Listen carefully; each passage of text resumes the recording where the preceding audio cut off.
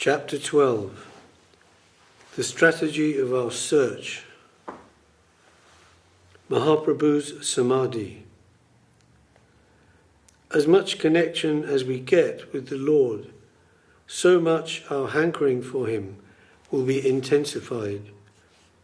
We will feel, oh, he's so good, so beautiful, so captivating, so charming. Such will be the sign or symptom of the soul's development and proximity to him. And the opposite, to think that I've got him, that will be like dreaming. We will think it to be an abnormal position or condition. In Sri Chaitanya Charitamrita, in the talks between Chaitanya Mahaprabhu and Ramanand Rai, we find this verse, Je kale vaswapane dekinu bamshi vadane sehi kale oila dui vairi anand aramadan harinila moraman dekite na painu netra bhari. Sri Chaitanya Charitamrita Madhya Lila 2:37.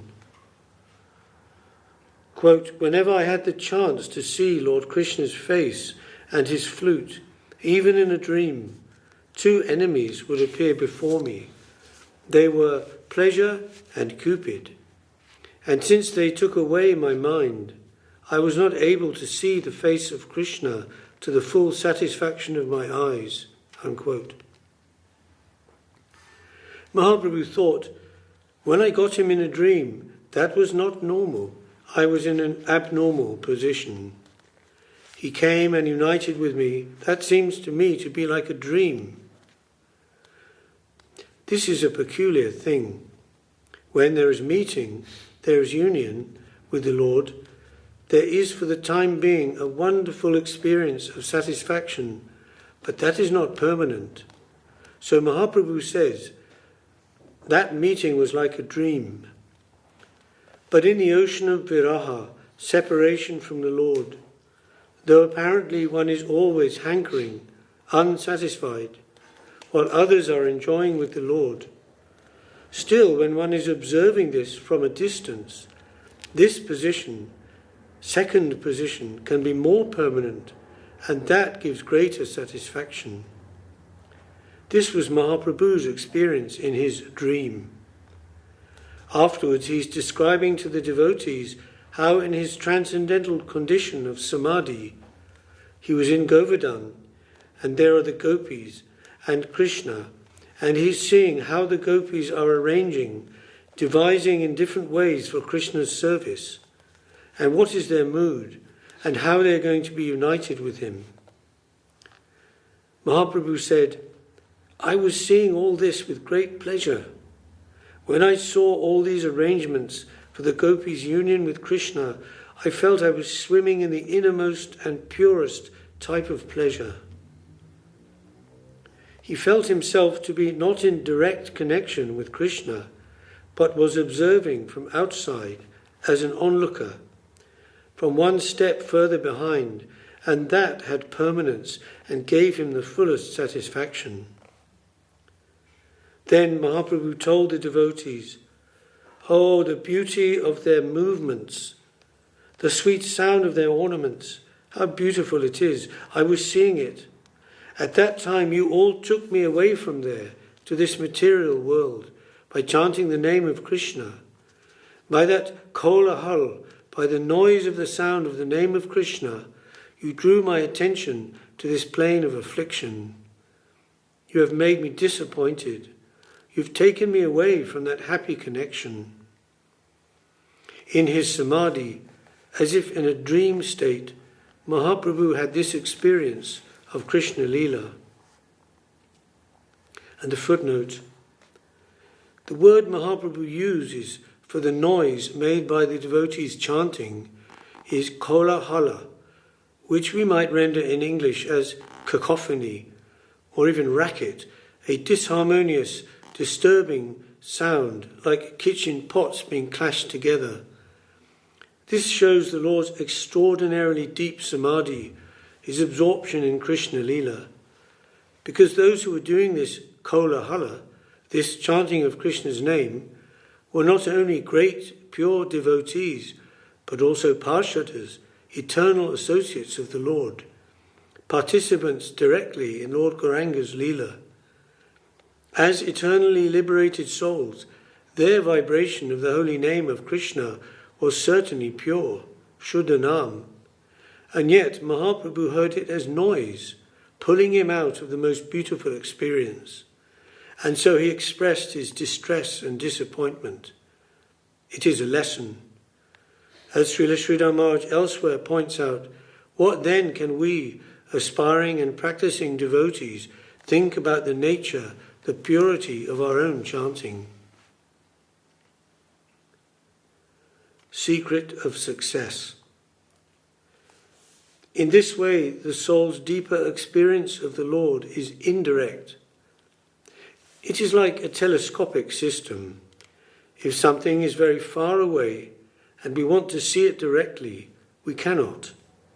It is only by seeing through many lenses, which have some apparent gap, some distance between them, and which stand between ourselves and that at which we are looking, that we can have some idea about it. And the footnote describing this, the telescopic system is referring to the Guru Parampara. Each master in the bona fide lineage is a transparent via medium, like a clear lens, through which the disciple can better see the goal of his search. Just as the more lenses are added in the telescope, the more magnified and clear is the image. So the more gurus through whom the disciple is serving, if they are, of course, really pure, like a clear lens and not opaque, the clearer the image. And because the Guru Parampara is a living system, each guru is contributing also from their own realization. It is a spiritual truth. Materially speaking, the greater number of things between myself and a distant object, the greater the obstacles. But here it is just the opposite. Although there is some distance in space and time between one lens, one guru, and the next, in effect there is none. In Indian philosophy this is known as Sata Patra Veda Nyaya, the logic of 100 leaves. If you pass a needle through 100 leaves which are all pressed together, although there is some distance between the leaves, practically the needle passes through them all simultaneously. This is why Srila Śrīdhar Mahārāj says the gap between the lenses, the gurus, is apparent. Another point to note on the subject of spiritual magnification is the fact that unlike material or mundane topics, news, etc., which the more they are discussed become tasteless, hackneyed and old, spiritual talks, on the other hand, talks about the holy names, forms, qualities, pastimes and associates of Krishna, Harikatha, and devotional service, become more and more relishable. They increase rather than decrease. That is so, of course, for the devotees and the pious, not the impious or demoniac. Just as the mango, which is said to become more tasteful when it is tasted by the parrot, so Srimad Bhagavatam, which is Nigama Kalpa Taror Galitam Phalam, the ripened fruit of the tree of Vedic knowledge, when it was tasted, heard, received by Dev-Goswāmī, Shuka also means parrot, it became sweeter, and then in turn, when it was delivered by him to Maharaj Parikshit, became sweeter still.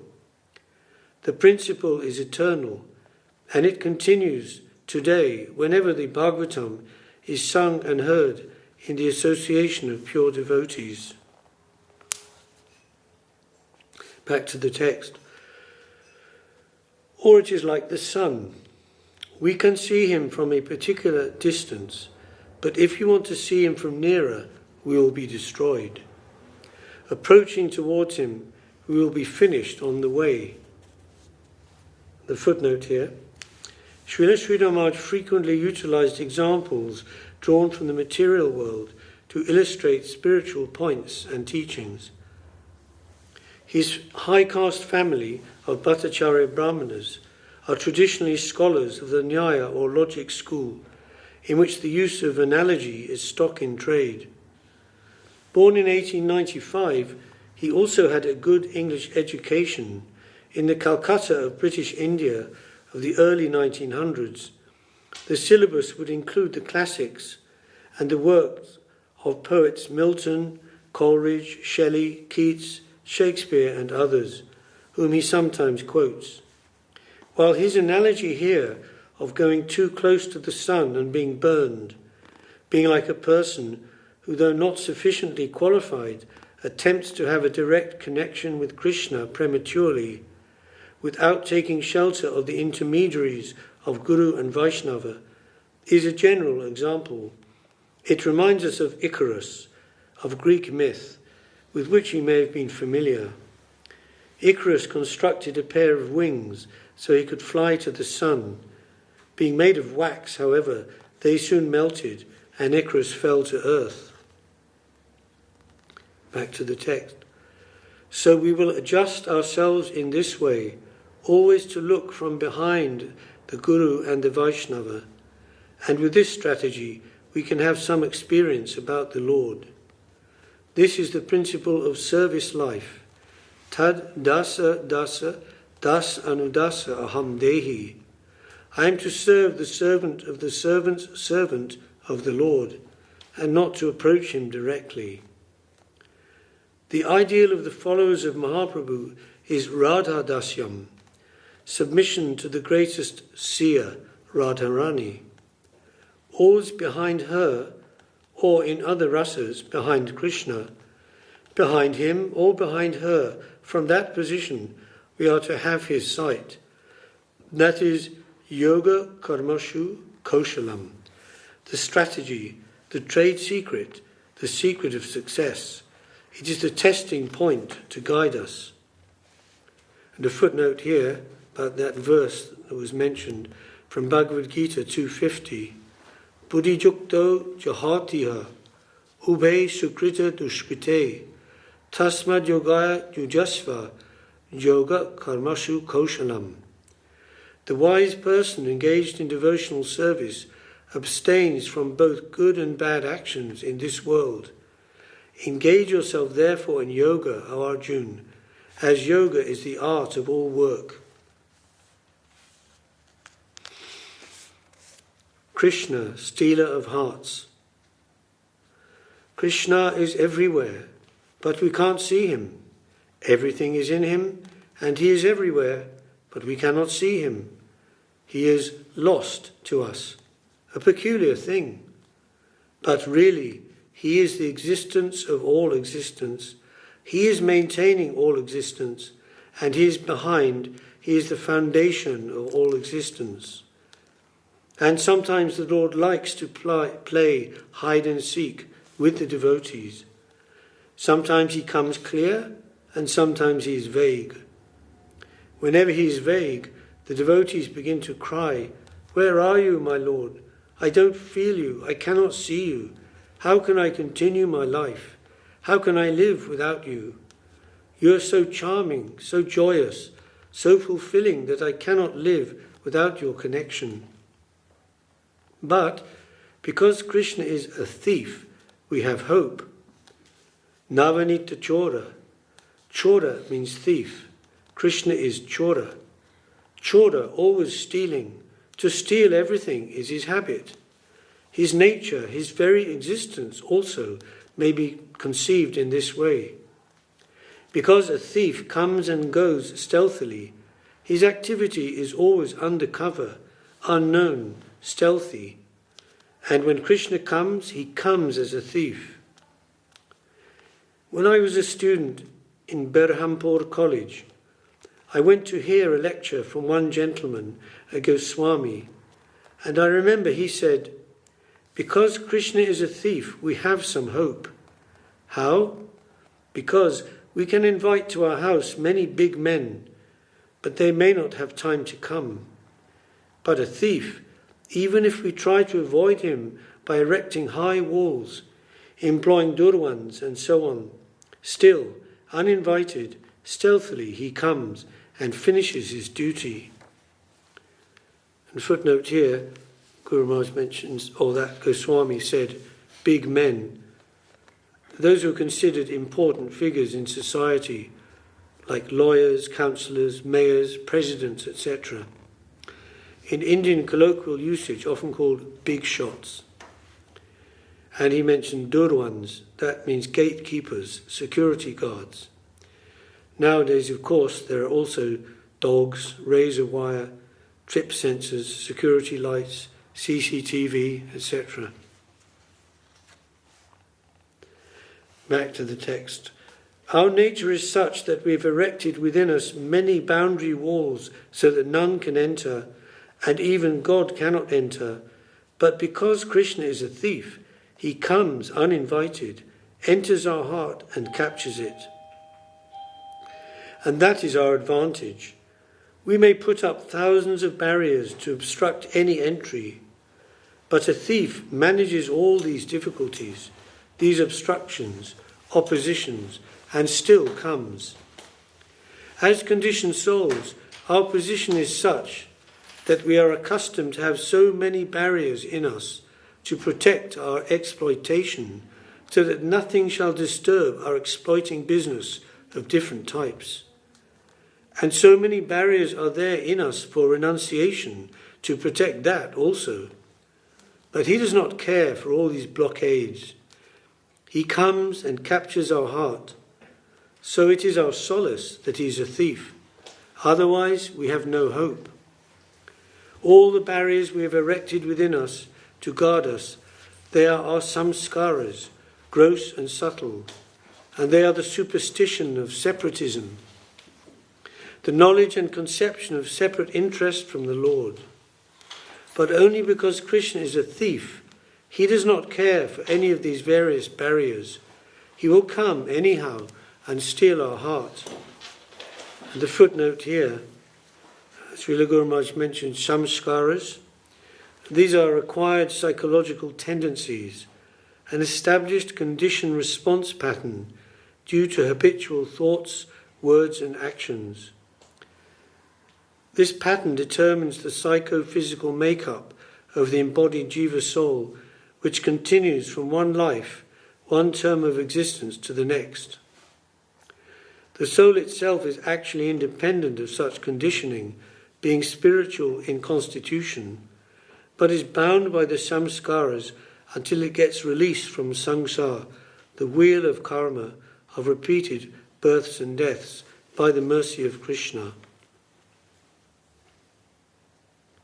Back to the text. Not a doll of imagination. The devotee says, Guru Maharaj, while preaching, sometimes people ask us, have you seen Krishna? If you have not seen Krishna, how can you preach about him? Srila Śrīdhar Maharaj, is it very easy to see Krishna? He is not a doll of my concoction, of my eternally forgetful nature. Who is Krishna? Krishna, the Krishna conception, is not such an easy thing. He is everywhere, and he is nowhere. When we are searching for him, then we can take it that he's everywhere. This kind of thinking is also not eliminated, but rather we have to think that he is nowhere. That is to say, we are encouraged to think that he is there in the Guru and in the Vaishnava. So we are to try to see in this way that to me he is nowhere, but to my Guru he is everywhere. And that is also not just for the time being, but always he is above the head of my Guru. So, when I cannot have any direct vision of the Lord, if I try to see him always in this way, on the head of my Guru, then he will come with me. Then he will come with him to me. We are to mould ourselves in such a way, then we may have some real acquaintance with him, with our Lord. the work of Yoga Maya. And just in the note, it mentions about Yoga Maya, the particular potency of Krishna who arranges for his pastimes. She, because she's a Shakti or potency, which is female, is the potency of spiritual illusion. That is to say, in Krishna's abode she covers the souls there, those who are eternally liberated and eternal associates of the Lord, so that they do not see or think of Krishna as God, the Supreme Personality of Godhead, but as their master, son, friend or lover. Maya means illusion. Ma, this, ya, not. But this illusion of Yoga Maya is highly desirable for Krishna Bhaktas, because it means he can be served in spontaneous love, unencumbered by the awe and reverence with which he is served in Vaikuntha as Lord Narayan, or in Ayodhya as Sri Ramchandra, and in others of his forms. The shadow aspect of Yoga Maya, who dominates the material creation, is Mahamaya, the illusory potency which covers all conditioned souls from Brahma to the microbe, so that they identify, that is to say, misidentify themselves with matter. I am this body, and this is mine, etc.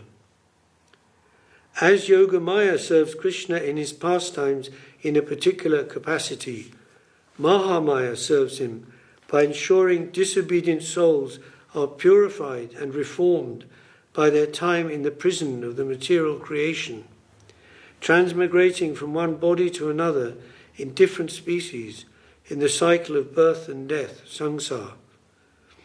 Mahamaya is also known as Durga, she from whom it is difficult to escape.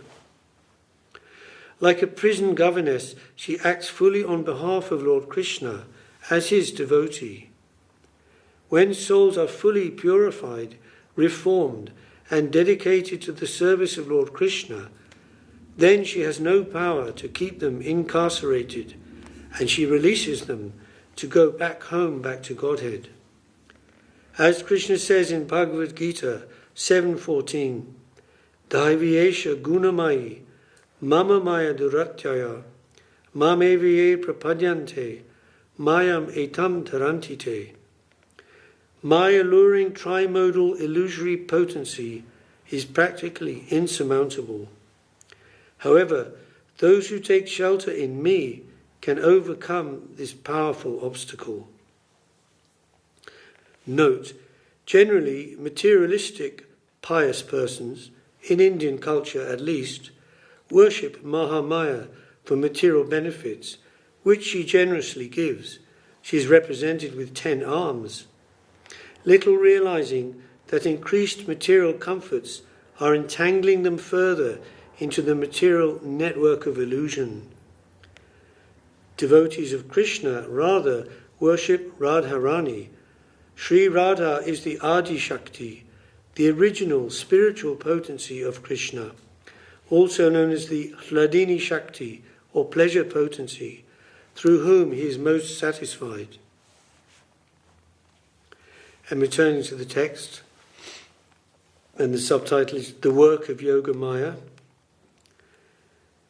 In the verse where Mahaprabhu is describing his dream of Krishna, Je Kale Vasvapane, we see the work of Yoga Maya and the importance of serving the Lord through his paraphernalia.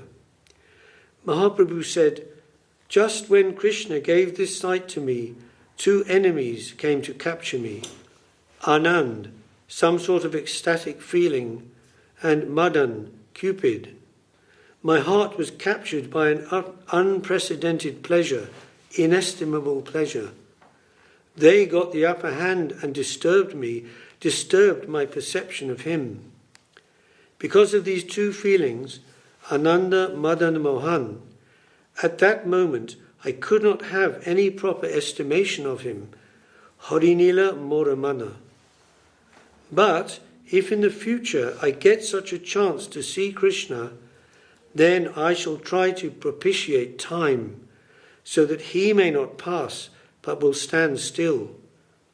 Time's coming and going is like lightning, he never stays. So when I try to see him, to see Krishna, the moment has already passed.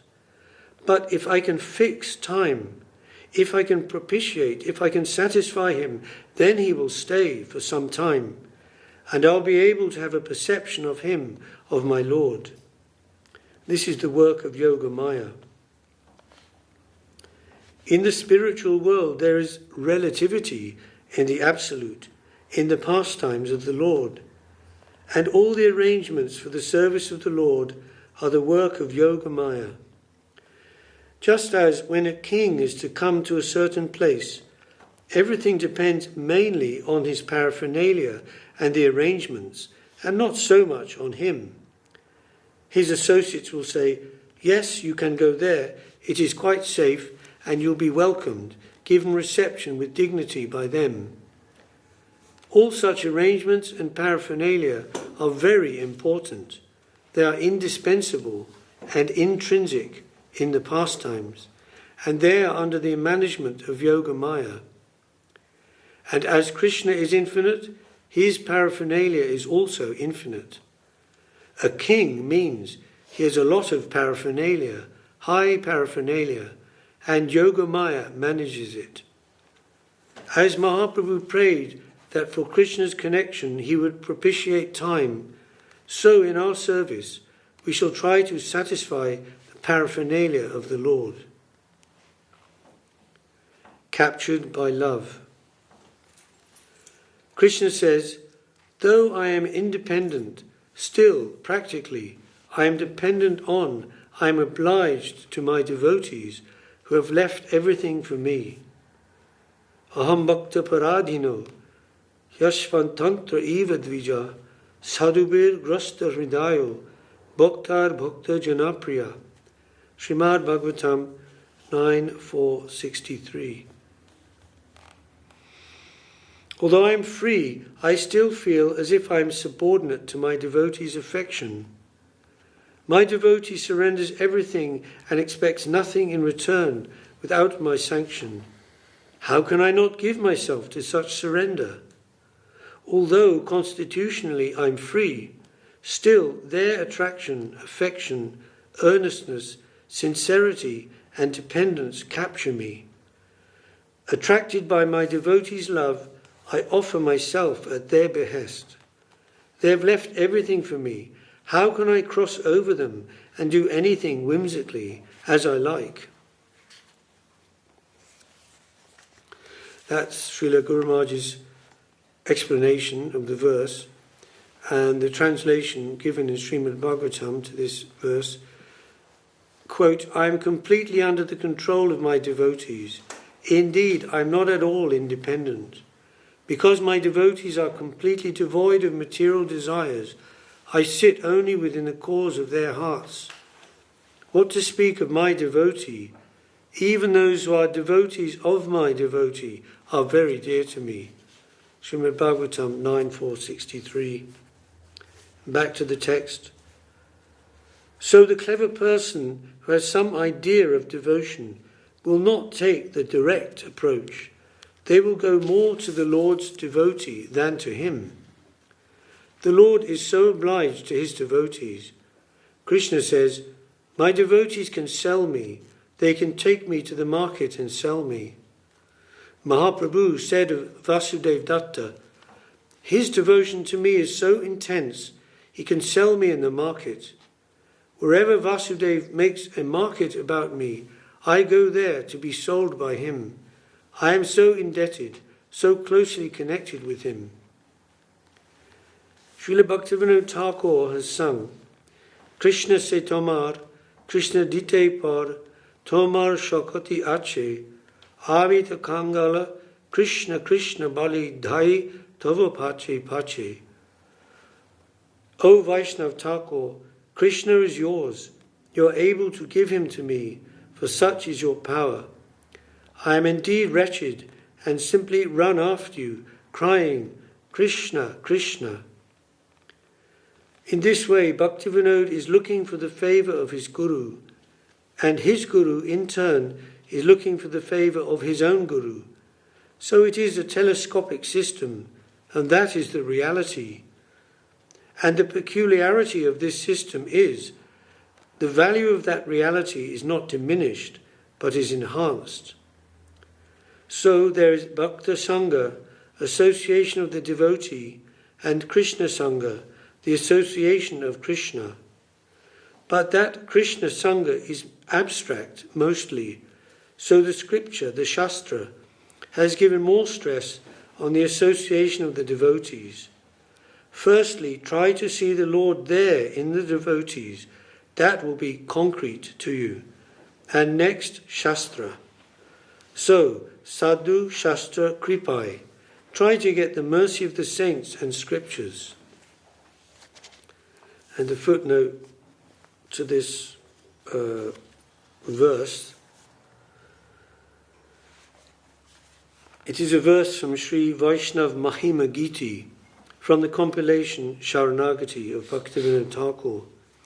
The complete bhajan traditionally sung during the Vespers or evening prayer in Gaudiya Vaishnav temples is as follows: Hoy Vaishnav Thakur Dayar Sagar, Edase Karunakari, Diya Padda Chaya, Shod He Amaya, Tomara Charana Dhari. O worshipable Vaishnava, ocean of grace, be merciful to this servant.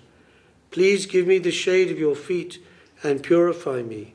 I clasp your feet. Chaya Begadami, Chaya Dosha Shodhi, Chaya Guna Deho Dase, Chaya Satsanga Deho He Amare, Basechi Sangera Ashe. Subjugate the 6 urges, rectify the 6 defects, and bestow the 6 good qualities upon this servitor. Please grant me the 6 kinds of saintly association. I sit at your feet, aspiring for that association. And the note here, the 6 urges are those of speech, the mind, anger, the tongue, the belly, and the genitals. The 6 faults are overeating or collecting more monetary funds than required, over-endeavouring for material objectives which are difficult to attain, unnecessary talking about mundane topics, being too attached to or too neglectful of scriptural rules and regulations due to not knowing or understanding their real aim and purpose, associating with worldly people, and craving mundane achievements. The 6 good qualities are enthusiasm, patience, confidence, the determination to perform activities favourable to devotional service, the resolution to abandon the association of non-devotees, and the discipline required to always follow in the footsteps of the previous acharyas. And the last 2 verses of this bhajan, Ekaki amar nahi bhaya bala, harinama sankirtane, tumi kripa kari, shraddha bindu diya, deya Krishna nama dhane. On my own I have no strength to perform Harinam Sankirtan. Kindly be pleased to bestow a drop of faith in my heart, giving me the treasure of Lord Krishna's name. Krishna se tomar, Krishna dite par, tomar shakati ache, ami to kangal, Krishna Krishna bali, dhai tava pache pache. Krishna is yours, you can give him, you have the power to do so. I who am bereft, calling Krishna, Krishna, am running desperately behind you. O my Lord, O Vaishnava, ocean of grace, kindly be gracious to this servitor.